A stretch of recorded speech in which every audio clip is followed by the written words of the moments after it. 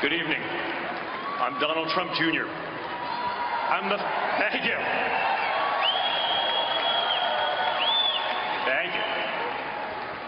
I'm the father of 5 young children, from 2-year-old Chloe to Kai, who just turned 9. I'm the husband to Vanessa, an amazing wife and mother, and the son of a great man. I'm an American, and tonight I want to talk to you about the country we live in, the country our children will grow up in. For my generation, this is the most important election of our lifetime, one that will determine the future of our country, and in turn, the future of the world. For too long, our country has ignored its problems, punting them down the road for future generations to deal with. In business, I was trained by my father to make the tough investments and decisions today to ensure a brighter future tomorrow. We've actually started to believe that solving our great problems is an impossible task. And that's why we need to elect a man who has a track record of accomplishing the impossible.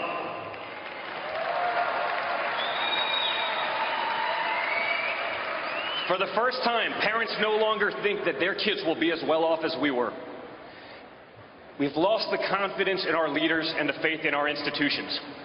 But remember one thing, we're still Americans, we're still one country, and we're going to get it all back. We're going to get it back better than ever before. I know we'll get it back because I know my father. I know that when people tell him it can't be done, that guarantees that he gets it done. I know that when someone tells him that something is impossible, that's what triggers him into action. When people told him it was impossible for a boy from Queens to go to Manhattan and take on developers in the big city, rather than give up, he changed the skyline of New York. I've seen it time and time again, that look in his eyes when someone says it can't be done. I saw that look a little over a year ago when he was told he couldn't possibly succeed in politics. Yes, he did. For my father, impossible is just the starting point. That's how he approaches business projects. That's how he approaches life. Whether it's teaching his granddaughter how to swing a golf club or tackling the toughest negotiations, he's always fully committed. That's why the person who had never run for office before stood on the stage 11 months ago in this very arena with 16 professional politicians. And this week, that same man will stand before you as our party's nominee for the President of the United States of America.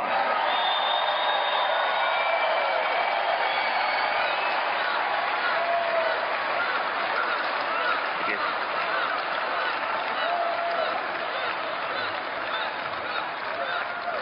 As a proud son and family member, it was one of the great honors of my life to be able to put him over the top in the delegate count earlier today.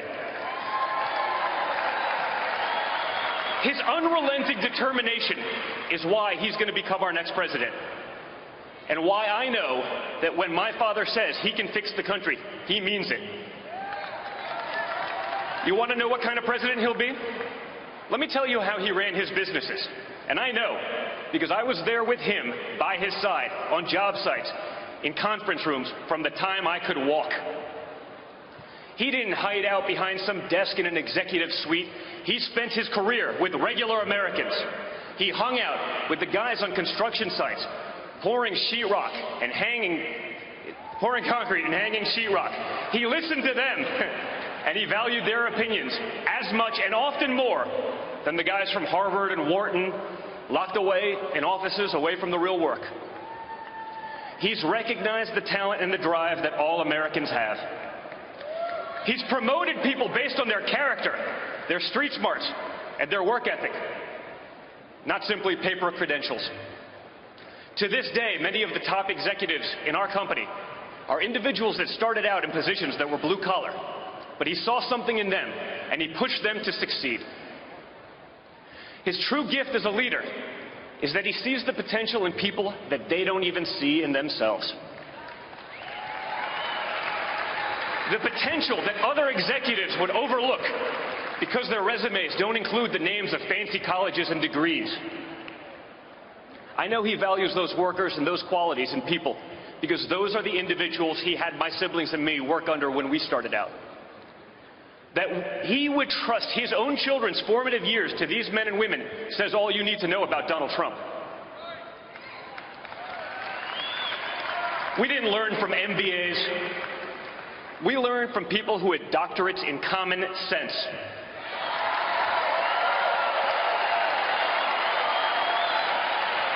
Guys like Vinny Stelio, who taught us how to drive heavy equipment, operate tractors and chainsaws, who worked his way through the ranks to become a trusted advisor of my father. It's why we're the only children of billionaires as comfortable in a D10 Caterpillar as we are in our own cars. My father knew that those were the guys and gals that would teach us the dignity of hard work from a very young age. He knows that at the heart of the American dream is the idea that whoever we are, wherever we're from, we can get ahead, where everyone can prosper together. The other party also tells us they believe in the American dream. They say we should worry about economic inequality and immobility. You know what? They're right. But they don't tell you that it was their policies that caused the problem, and it was their policies that have no accountability.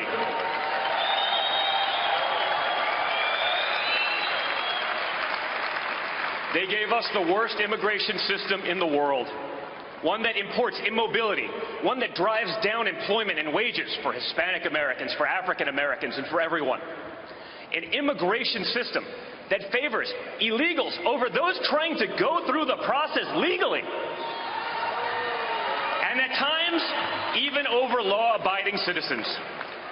It was Bernie Sanders himself who warned that a large tide of new workers keeps wages low and poverty high. The other party gave us public schools that far too often fail our students, especially those who have no options. Growing up, my siblings and I, we were truly fortunate to have choices and options that others don't have. We want all Americans to have those same opportunities.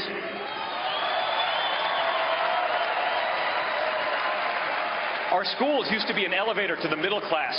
Now they're stalled on the ground floor. They're like Soviet-era department stores that are run for the benefit of the clerks and not the customers, for the teachers and the administrators and not the students. You know why other countries do better on K through 12?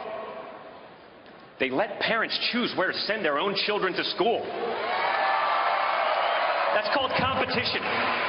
It's called the free market. And it's what the other party fears.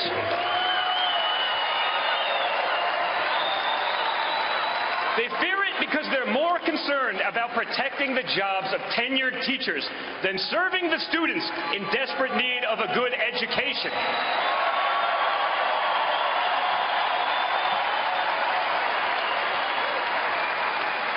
They want to run everything top down from Washington. They tell us they're the experts and they know what's best. The other party gave us a regulatory state on steroids.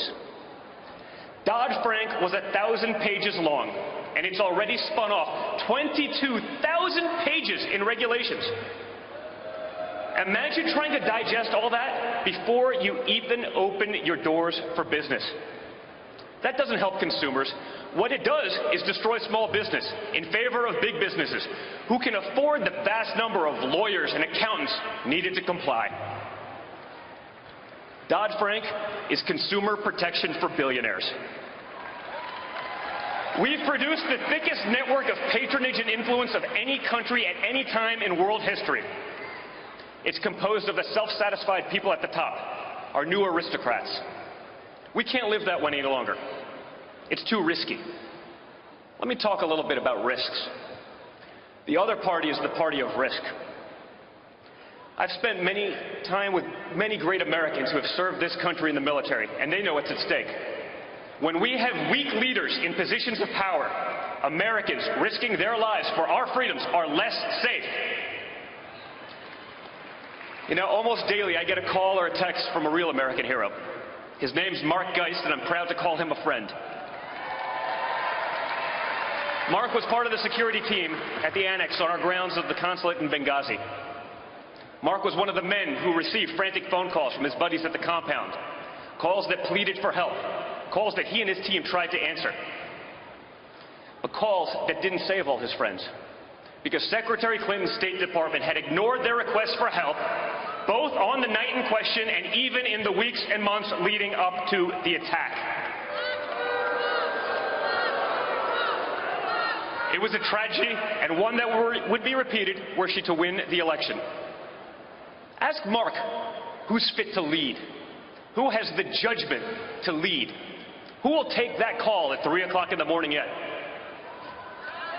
You know, or better yet, ask yourselves, if you were in Mark's shoes that night, who would you rather call?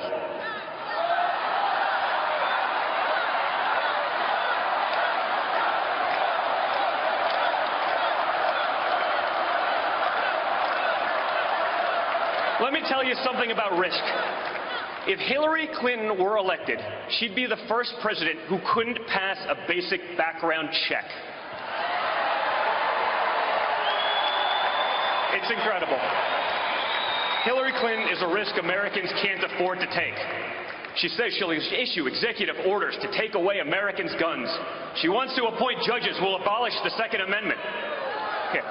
Just look at how effective those laws have been in inner-city Chicago, a city with the toughest gun laws in our nation, where 70 people were murdered last month alone, and where over 3,400 American lives have been lost since this administration took office in 2009. You know why those laws fail? Because criminals, by definition, don't follow laws. Rather than prosecuting real criminals, she would strip hard-working, law-abiding citizens of their rights to protect themselves and their families. She'll throw every possible obstacle in the path of safe, reliable, affordable energy produced in America, by Americans, for American businesses and families. Rather than being energy independent, our country will be forced to remain beholden to her buddies in the Middle East. Those are risks we can't afford to take. And when we win, we're not going to have to. There's so much work to do. We will not accept the current state of our country because it's too hard to change. That's not the America I know. We're going to unleash the creative spirit and energy of all Americans. We're going to make our schools the best in the world for every single American of every single ethnicity and background. We're going to put Americans first, all Americans, not a special class of crony elites at the top of the heap. We're going to elect a president who will work with everyone to pass legislation that will make our country great again. A president who will give us a tax code that will free the American economy and end special loopholes for the wealthy. A president who will give us an immigration law that protects American citizens and gives them jobs. A president who will repeal and replace Obamacare without leaving our most vulnerable citizens without health care, and who will do it without destroying Medicare for seniors, as Hillary Clinton has proposed. A president who knows we can't simply delete our problems, but that we have to tackle them head on. A president who won't allow PC culture to put the safety and well-being of our children and our loved ones at stake. A president who won't bow and pander to nations that shudder at the very thought of America's existence. A president more concerned with the safety and comfort of his fellow Americans than the feelings of those hostile nations abroad who, if given the option, would wipe America off the face of this earth.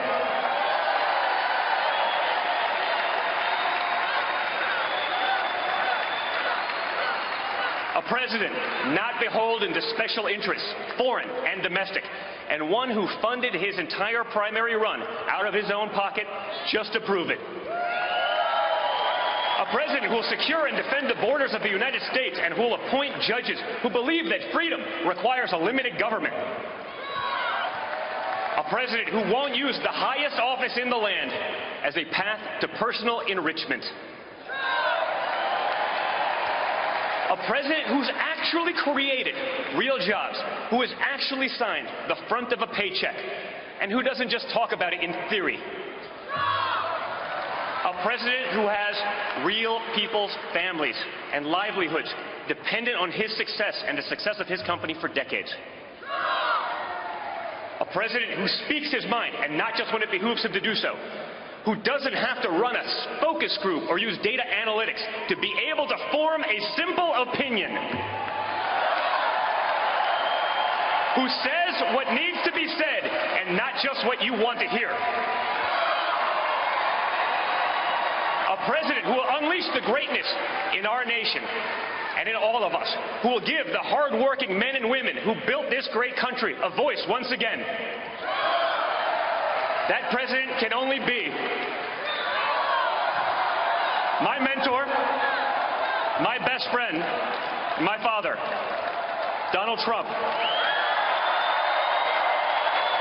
And when we elect him, we'll have done all that. We'll have made America great again, greater than ever before. Thank you, and God bless.